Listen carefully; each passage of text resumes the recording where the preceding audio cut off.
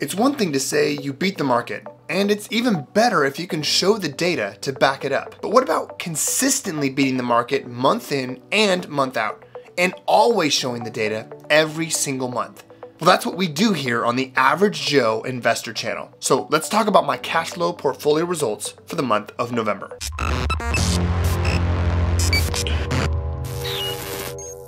All right, here is my Average Joe portfolio and income review for the month of November 2022. And just as an FYI to you, if you want to dig into this spreadsheet and all of the other spreadsheets that I create on the channel, make sure to check out the Patreon community. When you become part of the Average Joe Investor Patreon community, you get access to all of the spreadsheets that I make. You get access to all of the adjustments that I make to my own portfolio when I make them. And most important of all, you get access to the Average Joe Investor Discord chat, which includes exclusive one-on-one access to me, and you'll be one of the over 400 different members of the Average Joe Discord chat and all of the wealth of information that they provide. If you want to learn more about joining the Patreon community, check out the link in the description below. So let's understand a little bit what we're looking at here. First off, columns B and C right here includes all of the deposits I've made to my portfolio over the past nearly 2 years, starting in January 2021. And you'll notice, in addition to my own portfolio, you'll notice that there are other competing portfolios just to track how my results compare to others. In other words, if you took all of this money that I deposited to my own account and put it instead into these other investments, how would my results compare to theirs? And specifically in this spreadsheet, we're looking at 3 different time periods.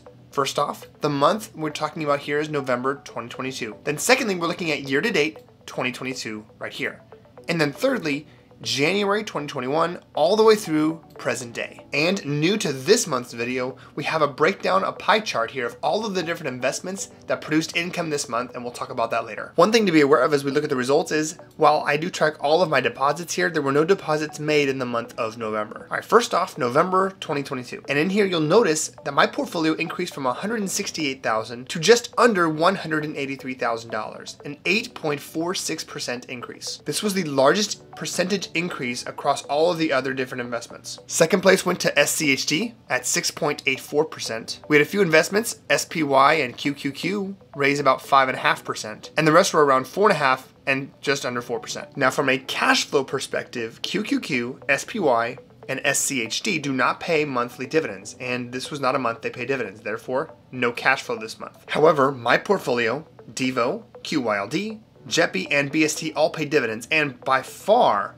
my portfolio paid nearly double all investments, double QYLD, and almost double JEPI, $2,621.90, followed by JEPI at $1,766, QYLD at $1,328, BST at $838, and DEVO at $684. Let's take a look at 2022 year-to-date performances. Now, right off the bat, you'll notice that only 3 investments were positive so far year-to-date in total returns. My portfolio was up 7.04%, DEVO is up 1.09%, and SCHD is up 0.02%, so pretty much break even. And you'll notice that my year-to-date cash flow is nearly double what you would see with QYLD and JEPI. The lowest performing investment here by far is BlackRock, BST, down 34.69%, followed by QQQ, down 28.94%, followed by QYLD at 18.55% loss, then SPY at 14%, then JEPI at 2%. And from a cash flow perspective, I nearly doubled all of the other investment options. Now, I recognize that QQQ and SPY are not dividend paying or cash flow investments. The point of this is not to necessarily compare just based on cash flow, because we just talked about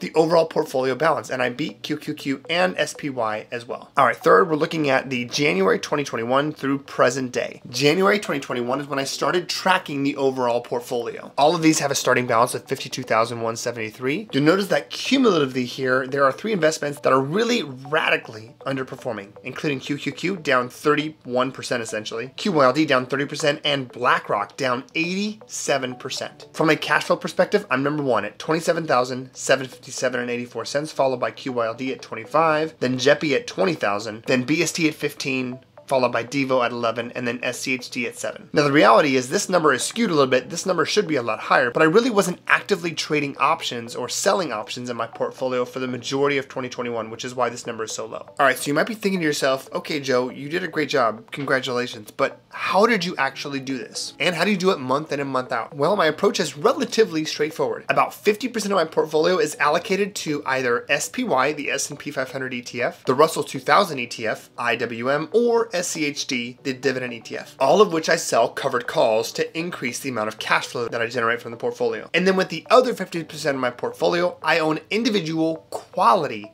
dividend stocks. Dividend stocks that have a track record of paying increasing dividends every single year for at least 10 consecutive years, if not more. And with these investments, I also sell covered calls. And here's a breakdown of all of my income for this month. You'll notice that this month, November, is actually a relatively small one when it comes to dividend income. And I only generated $216.92 from dividends. And the rest of the income actually came from options, as you can see itemized right here. And remember, as part of the Average Joe Investor Discord chat, which is part of the Patreon community, you have access to all of the moves that I make in my own portfolio, including how my investments look right now, today, as well as all of the option moves I make in my portfolio every single month. Here's the breakdown of my income for November of 2022. You'll notice that the majority of the cash flow comes from SPY and IWM. But then again, these make up a significant portion of the portfolio. SPY at 28%, IWM at 14%, then we've got Starbucks at 9%, Aflac at 9%, and Whirlpool at 9%, followed by Best Buy at 5%, and a number of other investments at 3%, 4%, and 2%. Hopefully you found some value out of this video. Make sure to leave your 2 cents down in the comments below. I respond to all comments that I receive on the day I post a video.